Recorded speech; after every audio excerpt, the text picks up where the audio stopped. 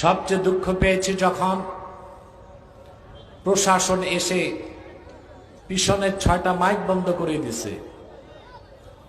কনসার্টের ডিস্টার্ব হবে, কনসার্টের জন্য কোরআনের মাহফিল বন্ধ হতে পারে না। চরম বেয়াদবি করেছেন। তা আগে যারা ছিল তাদের মধ্যে আর আপনাদের মধ্যে পার্থক্য কোথায়? আপনারা জানেন আজকে সিলেট মহানগরে দুই পাশে 2টা গানের কনসার্ট হচ্ছে, আর এখানে আল্লাহর কোরআনের মাহফিল হচ্ছে।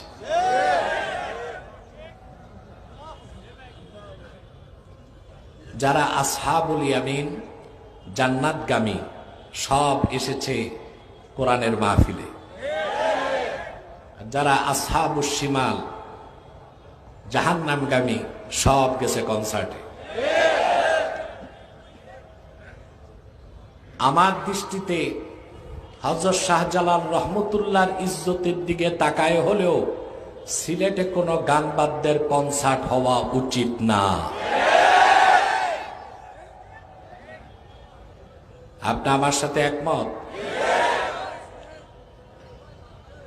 সবচেয়ে দুঃখ পেয়েছি যখন প্রশাসন এসে পিছনের 6টা মাইক বন্ধ করে দিছে।